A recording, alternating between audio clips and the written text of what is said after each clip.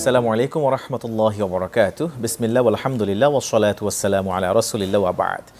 সুপ্রিয় দর্শক শ্রোতা, কাছে দূরে বিশ্বজুড়ে যে যেখান থেকে আমাদেরকে দেখছেন প্রত্যেককে স্বাগত জানাচ্ছি। আমি মোহাম্মদ হিদায়াতুল্লাহ। শুরু করছি চ্যানেল 24 এর মাহে রমাদানের ইফতারের পূর্ব মুহূর্তের চমৎকার আয়োজন নাদিয়া ফার্নিচার শাহরুর রমাদানের আজকের এই পর্ব, powered by Steelmark SS, Deshbandhu group, co sponsor real capital group ও ব্রাদার্স ফার্নিচার। প্রিয় দর্শক শ্রোতা, প্রতিদিনের মতো আজও আমরা একটি গুরুত্বপূর্ণ বিষয় নিয়ে আলোচনা শুনব আমন্ত্রিত দুজন ইসলামিক স্কলারের কাছ থেকে। আজকের আলোচনার বিষয় গুনাহ মাপের অন্যতম মাধ্যম তাওবা। এই বিষয়ে আলোচনা রাখবার জন্য আমাদের সাথে যুক্ত আছেন দুজন প্রখ্যাত আলেমে দ্বীন ও বিশিষ্ট ইসলামিক চিন্তাবিদ।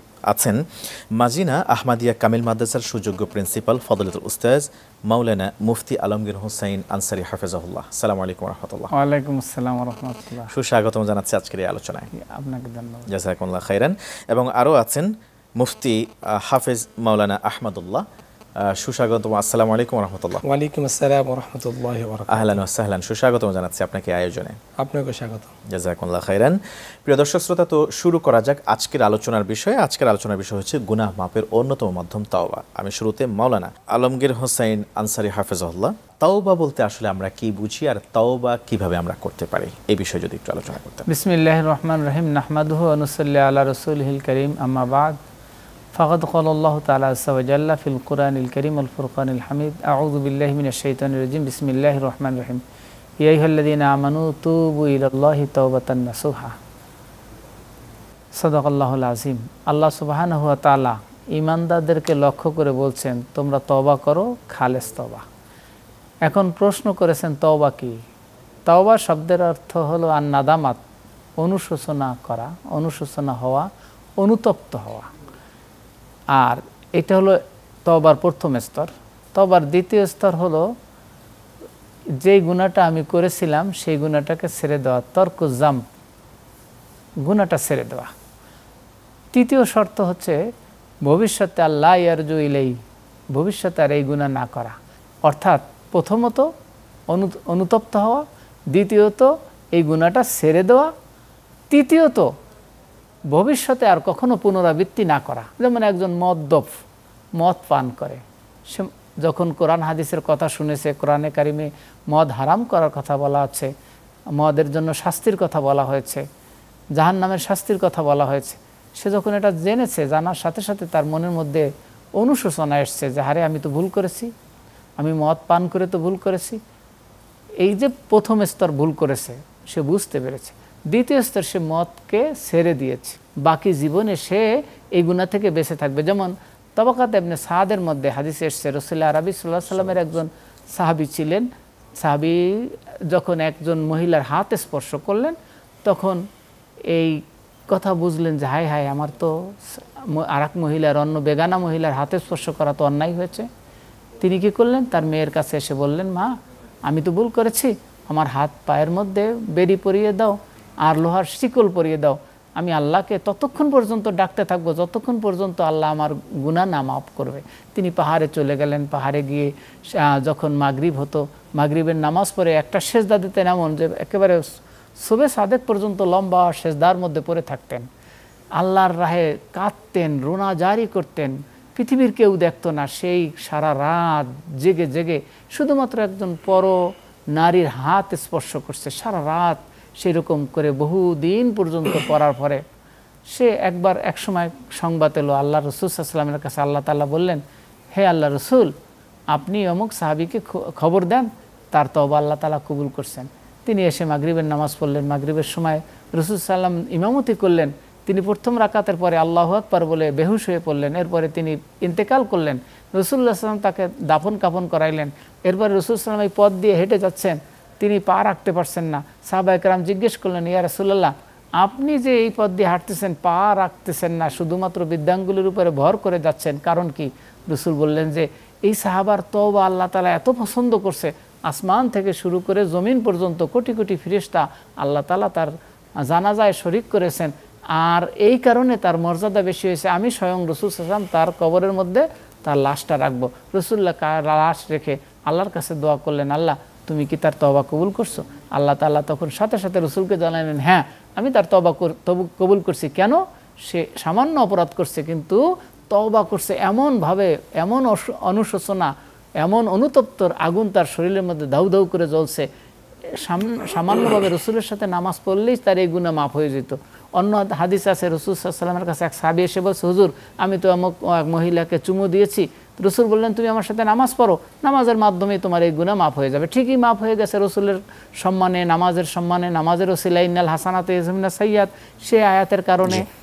কিন্তু ইনি এমন তওবা করলেন যে পৃথিবীর ইতিহাসে দেখাই দিলেন যে তওবা কাকে বলে, তওবার জ্বলন্ত প্রমাণ দিলেন। এই জন্য তওবা হবে এমন যে আর জীবনে গুনাহ করব না। অনেক অনেক ধন্যবাদ আপনাকে। আমরা তওবা কিভাবে করতে হয় তা উদাহরণ সহকারে আমরা শুনলাম আপনার কাছ থেকে। জাযাকুমুল্লাহ খায়রান।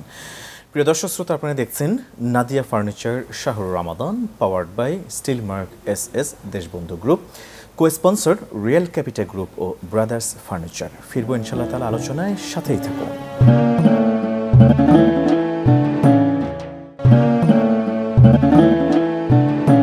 আসসালামু আলাইকুম ওয়া রাহমাতুল্লাহি ওয়া বারাকাতুহু। স্বাগত আরও একবার মতো। প্রিয় দর্শক শ্রোতা, আপনারা দেখছেন নাদিয়া ফার্নিচার শাহরুর রমাদানের আজকের পর্ব, powered by steel mark SS Deshbandhu group, cosponsored real capital group ও ব্রাদার্স ফার্নিচার।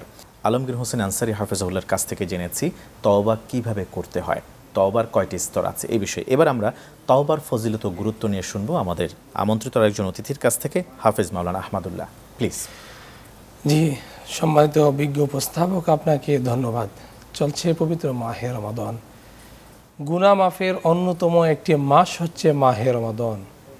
আমরা যদি এই মাহে রমাদানে আল্লাহ সুবহানাহু ওয়া তাআলার কাছে খালেস তাওবা করতে পারি, তাহলে আল্লাহ সুবহানাহু ওয়া তাআলা আমাদের জীবনের সমস্ত গুনাহ খাতাগুলোকে মাফ করে দিবে। দুইটি উদাহরণ আমি দিতে চাই। রাসূলুল্লাহ সাল্লাল্লাহু আলাইহি ওয়াসাল্লামের কাছে একজন সাহাবী এসে বলল, ইয়া রাসূলুল্লাহ, আমি আমার কন্যাকে নিজ হাতে দাফন করেছি। রাসূলুল্লাহ সাল্লাল্লাহু আলাইহি ওয়াসাল্লাম তার কথা শুনে চোখের পানি ছেড়ে দিলেন। আল্লাহ সুবহানাহু ওয়া তাআলা আয়াত নাজিল করে দিলেন, লা তাকনাতু মির রাহমাতিল্লাহ, তোমরা আমার রহমত থেকে নৈরাশ হইও না। যে নিজ হাতে নিজ কন্যাকে দাফন করেছেন, আল্লাহ সুবহানাহু ওয়া তাআলা তাকেও যদি মাফ করে দিতে পারে, তাহলে আল্লাহ তাআলা আমাদেরকে মাফ করবে না কেন? আল্লাহ সুবহানাহু ওয়া তাআলা বলেছেন, ইয়া আইয়ুহাল্লাযীনা আমানু তুবু ইলাল্লাহি তাওবাতান নাসুহা। এমনিভাবে তাওবা করতে হবে, যেই গুনাহ আমি একবার করেছি এই গুনাহ যেন আমি আর জীবনে কখনো না করি। এক সাহাবী রাসূলুল্লাহ সাল্লাল্লাহু আলাইহি ওয়াসাল্লামকে প্রশ্ন করেছিলেন, ইয়া রাসূলুল্লাহ, যে মানুষের একটা ঈমান, মানুষের মধ্যে ঈমান আছে, এটা আমরা বুঝবো কি করে? বুখারীর হাদিস। রাসূল বলেছেন, ভালো কাজ তোমাকে আনন্দ দিবে আর খারাপ কাজ তোমাকে বেদনা দিবে, তাহলে বুঝবা তোমার মধ্যে ঈমান আছে। কুরআনুল কারীমের মধ্যে আল্লাহ সুবহানাহু ওয়া তাআলা বলেছেন, ওয়া ইযা তুলিয়াত আলাইহিম আয়াতুহু যাদাতহুম ঈমানা। যখন মানুষের সামনে কুরআনুল কারীম তেলাওয়াত করা হয়, তখন মানুষের ঈমান বৃদ্ধি পেতে থাকে। এই মাহে রমাদান হচ্ছে কোরআন নাজিলের মাস, কিন্তু আমরা মাহে রমাদান পেলাম, কিন্তু কোরআনটাকে আমরা অনুধাবন করলাম না, কোরআন থেকে শিক্ষা গ্রহণ করলাম না। এই জন্য আমাদের ঈমানটা বৃদ্ধি পাচ্ছে না। এর কারণে দেখা যায় আমরা কাঙ্ক্ষিত অর্থে তাওবা করি, ফিরে আসার চেষ্টা করি, কিন্তু আমরা ওখান থেকে পরিপূর্ণতার সহকারে ফিরে আসার যেটা প্রচেষ্টা, এটা আমরা আসতে পারি না। এই জন্য মাহে রমাদান আমরা যেহেতু পেয়েছি, আমাদেরকে তাওবা করেই আমাদেরকে এই মাহে রমাদান থেকে বিদায় নিতে হবে। কারণ আমরা এই মাহে রমাদানের রহমত, বরকত, নাজাত এবং মাগফিরাত পাওয়ার জন্য আল্লাহ তাআলার কাছে কায়মুন বাক্যে আমাদেরকে অবশ্যই তাওবা করতে হবে। আল্লাহ তাআলা তাওবা নামে একটা সূরা দিয়েছেন। সূরা তাওবার 112 নম্বর আয়াত আল্লাহ তাআলা মুমিনদের কিছু গুণাবলী বর্ণনা করেছেন। তার মধ্যে 1 নম্বর হচ্ছে আত্তাইবুন, যে ব্যক্তি তাওবা করবে। আত্তাইবুন আল আবিদুন আল হামিদুন আস-সাইহুন আর রাকিউন আস-সাজিদুন আল আমিরুন বিল মা'রুফ। এখানে আল্লাহ তাআলা প্রথমেই তাওবার কথা বলেছেন। তাওবা মুমিনের গুরুত্বপূর্ণ একটি অস্ত্র। এই পৃথিবীর মধ্যে আল্লাহ সুবহানাহু ওয়া তাআলা আমাদেরকে জীবন পরিচালনা করার জন্য যে একটি সময় দিয়েছেন, এই সময়টা আমরা আখিরাতে গেলে জবাবদিহি করতে হবে। আখিরাত একটি জবাবদিহির জায়গা। ওই জায়গার মধ্যে আমরা গেলে হয়তোবা আমরা কেউ জান্নাতি হব অথবা কেউ জাহান্নামী হব। জাহান্নামের আগুনকে নিভাইয়া দিতে পারে দুইটা জিনিস। এক হচ্ছে মানুষের চোখের পানি। এই চোখ দ্বারা যদি পানি পড়ে, গুনার কারণে, অপরাধের কারণে আল্লাহ তাআলার কাছে যদি কাইমুন বাক্যে দোয়া করে, তাহলে তার চোখ থেকে যদি পানি পড়ে, আল্লাহ সুবহানাহু ওয়া তাআলা জাহান্নামের আগুনটাকে নিভিয়ে দেয়। মানুষের চোখের পানির অনেক দাম। এই জন্য মাহে রমাদান আমরা প্রতিদিন রাত্রে উঠি, উঠার সময় আমরা সাহরি গ্রহণ করি, আমরা কিয়ামুল লাইল করি। বছরের অন্য 11টি মাস নিয়মিত করে রুটিন করে কিন্তু উঠা হয় না। এই জন্য আমরা যদি একটু সাহরির সময়টাকে হাতে নিয়ে আমরা যদি আল্লাহ তাআলার কাছে 2 রাকাত, 4 রাকাত, 6 রাকাত নামাজ আদায় করি, আল্লাহ তাআলার কাছে তাওবা করি, তাহলে আল্লাহ সুবহানাহু ওয়া তাআলা আমাদেরকে অবশ্যই ক্ষমা করবেন। অনেক অনেক ধন্যবাদ জানাচ্ছি আপনাকে হাফেজ মাওলানা আহমদুল্লাহ, চমৎকার আলোচনা করছেন কোরআন এবং সুন্নাহ থেকে। ধন্যবাদ জানাচ্ছি আপনাকে ফজলত উস্তাজ মুফতি আলমগীর হোসেন আনসারী হাফেজাহুল্লাহ, চমৎকার আলোচনা করেছেন। তওবাকে আপনি নতুন করে আমাদের সাথে পরিচয় করিয়ে দিয়েছেন, জাযাকুমুল্লাহ খায়রান। প্রিয় দর্শক শ্রোতা, আমরা এতক্ষণ পর্যন্ত দেখছিলাম নাদিয়া ফার্নিচার শাহরুর রমাদান, powered by steel mark S Deshbandhu group, cosponsor royal capital group ও ব্রাদার্স ফার্নিচার। আজকে আমরা 2 জন আলোচকের কাছ থেকে জেনেছি তওবা কিভাবে করতে হয়, তওবার স্টেজগুলি কী কী, তওবার ক্লাসিফিকেশন, তওবা আল্লাহ সুবহানাহু ওয়া তাআলা কীভাবে কবুল করেন, আর তওবা করলে বান্দার কোনো গুনাহ আল্লাহ তাআলা তার নথি খাতাতে রাখেন না। আল্লাহ সুবহানাহু ওয়া তাআলা আমাদেরকে বেগুনা মাসুম হিসেবে হাশরের ময়দানে সবার সাথে পরিচয় করিয়ে দিন।